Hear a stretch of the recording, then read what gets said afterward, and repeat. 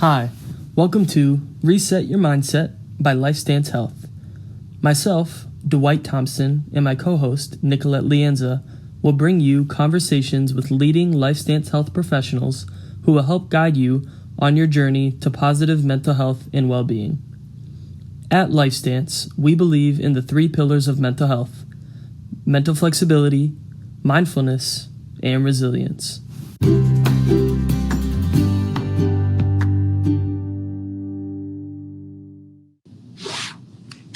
Welcome back, everyone, to another episode of Reset Your Mindset by LifeStance Health. Myself, Dwight Thompson, is joined by my co-host, Nikki Lienza, and we are really excited to have a returning guest in Dr. Carol O'Connell, who's one of our clinicians here. And Carol, we sincerely appreciate you joining us again, and we've got such great feedback when you were initially on from the topic we had covered, and I think that it'll be just the same with what we're going to be talking about today. So for those who maybe don't know you or didn't hear you the first time you were made an appearance with us, would you mind just kind of telling us a little bit about yourself? Sure. Well, thank you for having me again. As you said, my name is Carol O'Connell. I'm a licensed clinical psychologist, and I think I've been in this field for over 25 years. Doesn't seem possible. So I've done a lot of different work clinically. I've worked in inpatient units, and I've worked on outpatient and done programs and worked with adolescents and adults. So kind of have the gamut. So I do a lot of work with people with anxiety and depression, but I also have a specialty in trauma, and that's where the EMDR, of course, fits in. Yeah.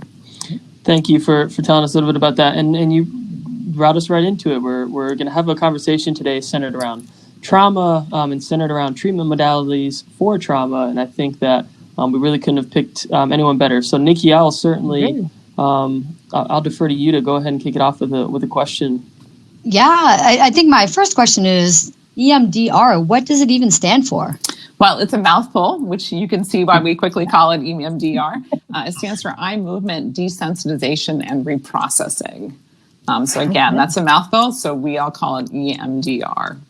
And before we get a little bit deeper into EMDR, I know that this is just to keep kind of just the centerpiece going of talking about treatments for trauma and kind of the different approaches for that. Can you talk about a little bit about kind of what trauma looks like to you in a session and in a client of yours, and kind of what it looks like, and then where you go from there? Sure, that could be a whole podcast in and of itself. But yeah. in a nutshell, people who've experienced trauma do have common symptoms, no matter what the trauma is. Some of them are about reliving the trauma. So we have people who have flashbacks and nightmares and just thoughts about it. Some of whom kind of avoid the trauma. They either literally don't remember it, or they don't feel it, or they just kind of push it in the back. So you have these kind of extreme responses to really reliving it or pushing it away. And of course, again, we could go on, but trauma also impacts how the person sees himself in the world, how they relate to others in the world, and just how they see sort of their world in general. So there's a lot of different impacts in how trauma can impact a person. And so EMDR is one avenue a person can go and seek out to help them navigate this trauma. Yes. Right? Yeah, exactly. Right. For sure. So, Carol, if you don't mind, can you tell us a little bit about what EMDR is? You obviously broke it down from an acronym perspective, but what is it? And in general, how does it work? Sure. So EMDR is a treatment to help process trauma. In order to understand that, let me talk just a little bit about how we think trauma is stored. So, you go to a grocery store, you go out to dinner with your friend or whatever, you kind of file that away. You remember bits and pieces of it, but it kind of gets filed away. Well, what we're learning about trauma is that it gets frozen. It doesn't really get filed away. And so it often gets frozen with high emotion. It often gets frozen without much language, the scared speechless. It doesn't always get frozen in a nice linear story. It's kind of fragmented. And so it can pop up in all kinds of ways: nightmares, flashbacks, just, intense feelings. And so what seems to help with EMDR is that we take that frozen memory and we process it. We add a thought understanding of it, if you will, to this highly emotional, and blending those two together that allows people to kind of file it away. Not forget about it, but file it away so it doesn't have that emotional disturbance that it has. That's kind of in a nutshell. Oh, that's a really great explanation of it. I think, that definitely describes the reprocessing of it. Where does the eye movement part come in? Yeah, so I'll tell you a little bit about the history of it, because it's kind of an interesting story. It's kind of like how we discovered, penicillin off a moldy orange. Sometimes science, you just discover things. And Francine Shapiro, who's a brilliant psychologist, sadly she died a few years ago, was literally walking in the park thinking of her own traumatic memory. I think it was a medical trauma. And she realized that the memory wasn't nearly as traumatizing. It just wasn't as disturbing. It just wasn't as powerful. And she said, I don't know why. And she literally went back and retraced her steps. Most of us could not do this, but she retraced her steps and figured out she had moving back, her eyes back and forth rapidly while she was thinking of this memory. So she did it again with a different memory. Same thing happened, not quite as traumatizing. So she kind of sucked in her friends to do it. So they had a hard time doing it on their own. So she took her fingers and kind of went from side to side in front of their eyes. And they had the same reaction. And she being a hardcore researcher, said, I could be onto something, or I might not be, but let's do some hardcore research. So she developed a whole protocol, and she published her first study in 1987. And so it's hard to know what actually happens. And she would literally say she may not know in her lifetime the physiological mequism, and that's actually true. But that doesn't mean you can't study it. You can't sort of have a control group and study it. So there's different theories about it. Is it like rapid eye movement sleep? That's sort of one theory. Right. Is there something about if you occupy one part of your brain with eye movement, you can process it with the back? So, it's still unclear what it does. I will tell you during that time, I don't do much else except watch the person. And just one other thing. We don't necessarily have to use eye movements. What she also discovered is that you can basically do alternating sensory experiences. We call it bilateral stimulation. There's a lot of lingo in our field. So you can do alternating tones, or now a lot of people have these buzzers that they buzz. I've been doing it via telehealth, which I never thought I'd be able to do, but necessity breeds, crisis breeds necessity, and people actually alternate tappings.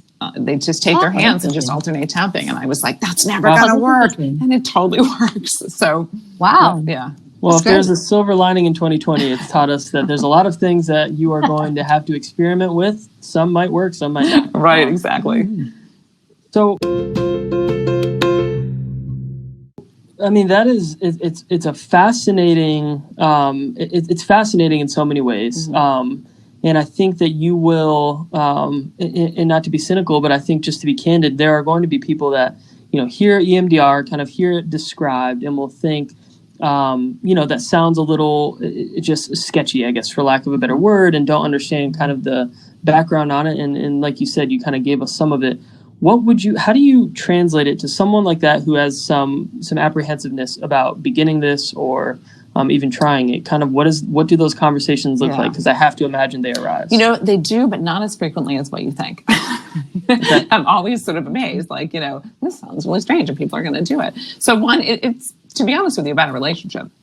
So every once in a while, I'll talk about in the first session with someone because it is getting more out there in the sort of culture. I think Grey's Anatomy actually has someone go through EMDR. So I would say most people kind of are willing to try it, probably because they're in a fair amount of pain, and sort of it's worth trying anything. But I do point out some of the research. So this has been around, 27 years now, 28 years now. And it really could have been sort of this weird blip, and we never heard about it again. But led by something's working. Yeah, led by Francine Shapiro, she insisted on people doing a large amount of research. So the good news is there's a really good body of research. And the good news for the average person is that they don't have to read all the studies. And so there are organizations like American Psychiatric Association, the World Health Organization, the VA system, and they look at all the studies, and they actually do a study about the studies called meta-analysis of the studies. And they take studies about treatments and they put them in, tiers. And so these organizations have done that and really say EMDR is in the top tier treatment for PTSD. Wow. So I talk about that too. Some people don't care about that, and other people really love it. But it's important, though. It's important to know that it is an evidence-based technique. Yeah, it's not experimental. Which is really important for people to recognize. Are there other disorders besides PTSD that it could be helpful with? Well, what was really interesting as we started to do EMDR, I got trained in 1996. So I've been doing it a long time when it was a little bit of the road days, sort of like, let's try stuff. So I'm glad we sort of honed in on it. So definitely phobias are really well treated by EMDR. We think of trauma, what we call big T trauma, sort of the big traumas, combat and abuse and car accident. But there's a lot of little traumas that people go through. There's a lot of less intense. I had a client who had a learning disability that wasn't diagnosed when he was a little kid. So therefore, he was always told he was stupid or lazy. And then they finally found learning disability. Well, that was a trauma when he was an 8-year-old kid. So is it a big T trauma, like going through combat? No, but to an 8-year-old, it's huge. So we really broaden the definition of trauma. It really can be anything that's not processed, that's really disturbing. So that really has shifted, I think, and sort of broadening it. And again, some very specific protocols for things like phobia. Some people are using it to help with pain management. Some people are using it to help with addiction. So there's a wide variety of applications.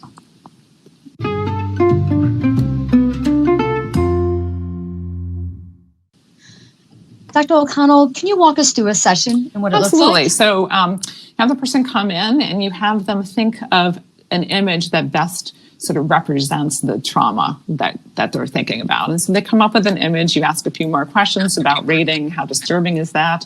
Where they feel in their body, what kind of emotions come up. And one of the most important things that you ask them is what is a thought? Because people, when they go through a trauma, they often have a negative thought, believe it or not, about themselves. It could be I wasn't good enough or it was my fault. Sometimes they have a negative thought about the world. The world is unsafe. And it's a way that people manage understanding trauma, especially if it's with little kids when you're child abuse, but it actually can happen with adults too. So you have them label that thought, and then you have them lightly hold all this in their mind. And then basically you tell them just to let their mind go where they need to go. So for some people, that's the hardest part. They keep saying, I'm not trying hard enough. And this is one place where you literally don't have to try. You just let it go. Yeah. And what ends up happening, people get into it pretty quickly. It's almost like, they kind of go from thought to thought or image to image. The emotions do get more intense during it. It's kind of like they get more intense during it before they end up getting less intense. And so, do you have to warn your clients about that the intensity of it, just to kind of give them a heads up with that? You give them a heads up on that. You also give them the heads up on you're not quite sure where it's going to go. So you can't guarantee where it's going to go. We can stop it at any time. I always tell people the ball is in your court. This is a very client-centered treatment. If you want to stop at any time, we stop. I just hold my little, gadget to turn it on and off so they don't think about it, but it really, really, really is in their hands. So people got to go through it. Some of their images changes the emotions. I never say this is what's going to happen because everybody's EMDR experience is slightly different. And so you don't want to predict that. Oftentimes I think I've never had one session completed it. So oftentimes sessions are what we call incomplete. So I always end my session a little bit early. We do a relaxation exercise, which people really appreciate. Encourage them to make sure that they're just going home and doing a good self-care because people often feel very tired. I say it's like running an emotional marathon. So don't have a big speech plan that night or a test that you're going to do. Just relax and do tons of self-care.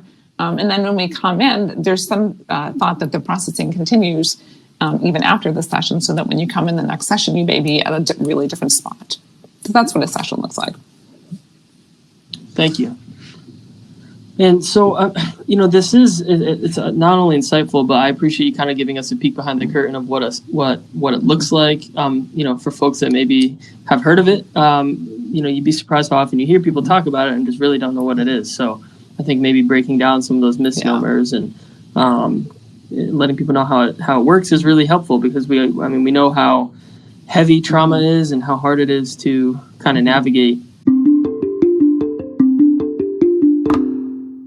Dr. O'Connell, how many sessions can someone expect? So of You know, it is EMDR? such a wide variety. You know, if someone has a trauma that they've experienced as an adult, like a car accident, that could take maybe 1 to 3, I would say. If someone has sort of extensive history in their childhood, obviously that's going to take more over a significant period of time. And you're also going to do other things besides EMDR. You're not just going to do EMDR. There's, coping skills to develop and helping people with relationships and all kinds of things. So I would say, again, it's sort of depends on the level of trauma. Got you. Can you tell us a little bit more about the cognitive restructuring Yeah, part? so as I said, people do have thoughts that come with them when they have a traumatic experience. And this is actually my favorite part about EMDR is in addition to sort of decreasing nightmares and flashbacks and just people not feeling as gripped by the trauma of it, their thoughts just change. So, for example, I had a client whose stepfather physically abused her, and in the middle of EMDR, and she blamed herself, which is really, really common. Her adult mind didn't blame herself, but her child mind did. And so I literally remember in the middle of an EMDR, she goes, oh, it's not my fault, it's his. Like, he did this. And it was the cognition shift from the top of her head down to her toes and every cell of her being. Wow. Whereas we try to sort of help people understand that in cognitive therapy with EMDR, it just shifts. And it's so powerful when that happens.